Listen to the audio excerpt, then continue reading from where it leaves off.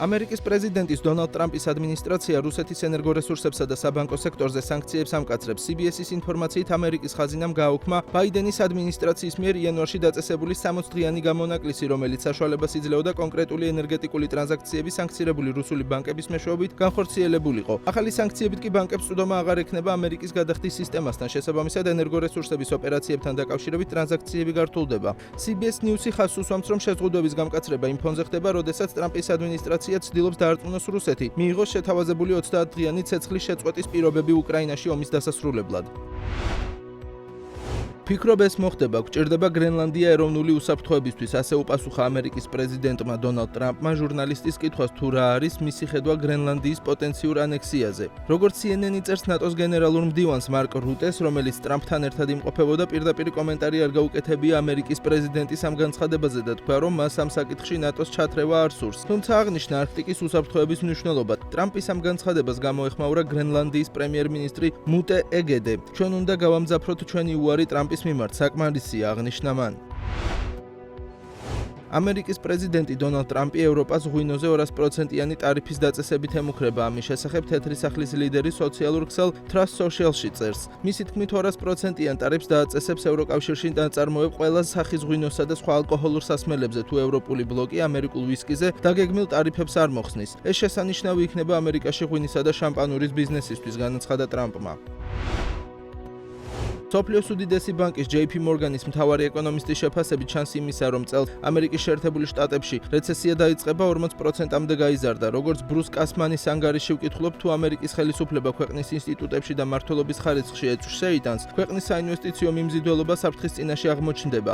ამერიკის ეკონომიკასთან მიმართებით ინვესტორების შიში მას შემდეგ გაჩნდა, რაც ტრამპმა არამეგობრული და მოკავშირე სახელმწიფოების წინააღმდეგ ეგრეთ წოდებული სავაჭრო ომი დაიწყო და სატარიფო პოლიტიკა მკვეთრად გაამკაცრა. ბოლო ერთ თვეში ნასდაკის კომპოზიტურმა ინდექსმა 13%-ით იკლო, S&P 500 10%-ით შემცირდა, ხოლო Dow Jones-ის მაჩვენებელმა 8%-იანი კლება დააფიქსირა. პრეზიდენტ დონალდ ტრამპის განცხადებით ქვეყნის ენერგეტიკული უსაფრთხოების უზრუნველყოფის მიზნით ამერიკის შეერთებული შტატების მთავრობამ ნავთობის და გაზის სტრატეგიული რეზერვი სრულად უნდა შეავსოს. ერთი შეხედვით ეს მარტივად შესასრულებელ დავალებად ჩანს, თუმცა საქმე ისაა, რომ სტრატეგიული რეზერვის მაქსიმალური მოცულობა 727 მილიონ ბარელს აღწევს და ის ამჟამად მხოლოდ 54%-ითაა შევსებული. ქვეყნის ენერგეტიკის დეპარტამენტის დათვლებით ამჟამინდელი ფასით რეზერვის სრულად შევსებას დაახლოებით 20 მილიარდი სჭირდება. ეს თანხა კი ქვეყნის ბიუჯეტიდან უნდა იქნეს გამოყოფილი, რომელიც 2025 წლის გეგმით არ არის გათვალისწინებული. ამასთან ენერგეტიკის დეპარტამენტში აღნიშნავენ, რომ რეზერვის მყისიერი შევსება არ არის სასურველი, რადგან ასეთი მსხვილი ტრანზაქცია ბაზარზე ნავთობის მკვეთრ გაძვირებას გამოიწვევს, ამიტომ უმჯობესი იქნება თუ ქვეყანა სტრატეგიულ რეზერვს ეტაპობრივად რამდენიმე თვის ან წლის განმავლობაში შეავსებს. ზოგადად ამერიკის სტრატეგიული რეზერვი 1975 წელს შეიქმნა არაბული ემბარგოს შემდეგ, რომელმაც ქვეყანაში ენერგეტიკული კრიზისი გამოიწვია. ნავთობის რეზერვის მთავარი დანიშნულება ბაზარზე სტაბილურობის შენარჩუნება და საგარეო ფაქტორებისგან ამერიკის ეკონომიკის დაცვაა. ამერიკული ავტომწარმოებელი კომპანიის Tesla-ს ინვესტორთა უმეტესობა ფიქრობს, რომ აღმასრულებელი დირექტორის ილონ მასკის პოლიტიკური საქმიანობა კომპანიას აზიანებს. Morgan Stanley-ს მიერ ჩატარებული გამოკითხვის თანახმად აქციონერთა 85% ამბობს, რომ მასკის პოლიტიკურ აქტივობას Tesla-ს აქციების შეფასებაზე ნეგატიური გამოვლენა აქვს. როგორც მსხვილი აქციონერები განმარტავენ, ამერიკის მთავრობის ეფექტიანობის დეპარტამენტის საქმიანობამ Tesla-ს ბრენდს დიდი დარტყმა მიაყენა, რადგან სახელმწიფო პროგრამების დახურვამ და ფედერალური მუშაკების გათავისუფლებამ მოსახლეობაში დაგროვილი ბრაზი კომპანიის წინააღმდეგ წარმართა. როგორც Tesla-ს ინვესტორები ამბობენ, კომპანიის განვითარებისათვის ილონ მასკმა ან პოლიტიკური მოღვაწეობა უნდა შეწყვიტოს, ან გენერალური დირექტორის თანამდებობა დატოვოს და Tesla-ს მართვის პროცესს ჩამოშორდეს.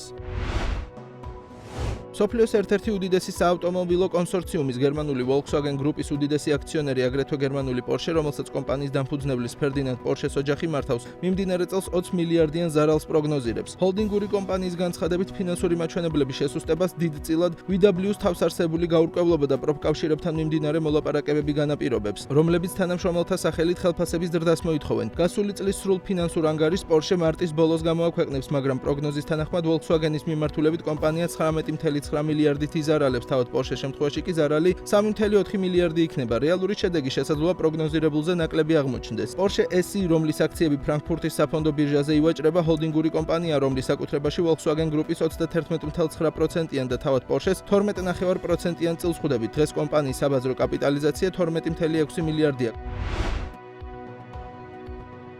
დაბალბიუჯეტიანი ირლანდიური ავიაკომპანია Ryanair-ი მოთხოვნებს ამკაცრებს და ყველა მგზავრს, ვინც გამგზავრებამდე 40 წუთით ადრე გაივლის რეგისტრაციას 120 ევროთი დააჯარიმებს. ინფორმაციას ავიაკომპანიის განცხადებაზე დაყრდნობით Mirror-ი ავრცელებს.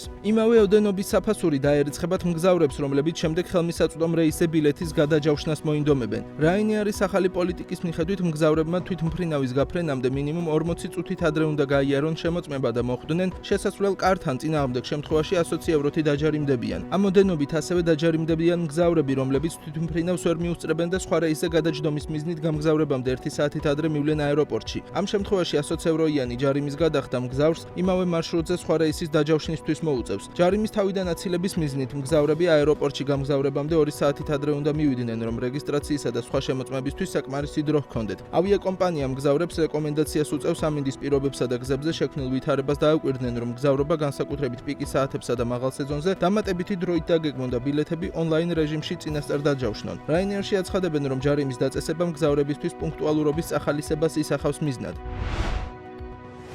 Donatella Versace-ს ხელმძღვანელის თანამდებობას ტოვებს. ამ გადაწყვეტილებით Donatella Versace მოდის იმპერიის სათავეში ყოფნის თითქმის 30 წლიანი ისტორია დაასრულა. ამის შესახებ ინფორმაცია CNN-ის Versace-მ თავად დაუდასტურა. აღსანიშნავია, რომ Donatella მას შემდეგ ჩაუდგა მოდის სახლ სათავეში, როდესაც მისი ძმა და ბრენდის დამფუძნებელი Gianni Versace 1997 წელს Miami Beach-ის სასახლის წინ მოკლეს. ჩემს ცხოვრებაში უდიდესი პატივი იყო ჩემი ძმის Giannis მემკვიდრეობის ტარება, დაწერა მან Instagram-ზე. მედიაში გავრცელებული ინფორმაციით მის თანამდებობას Dario Vitali ჩაანაცვლებს, რომელიც Prada გრუპის Miu Miu ბრენდში დირექტორის თანამდებობას იკავებდა. მისი დანიშვნა 1 აპრილს იგეგმება. უნდა აღინიშნოს, რომ ეს ბრენდის ისტორიაში პირველი შემთხვევაა, როდესაც მოდის სახლ სათავეში არა ოჯახის წევრი, არამედ სხვა ჩაუდგება. ამასთან Prada გრუპი Versace-ს შეძენაზე მოლაპარაკებებს აწარმოებს Capri Holding-თან, რომლისგანაც $1.6 მილიარდი გარიგებით უნდა მოხდეს ბრენდის შესყიდვა.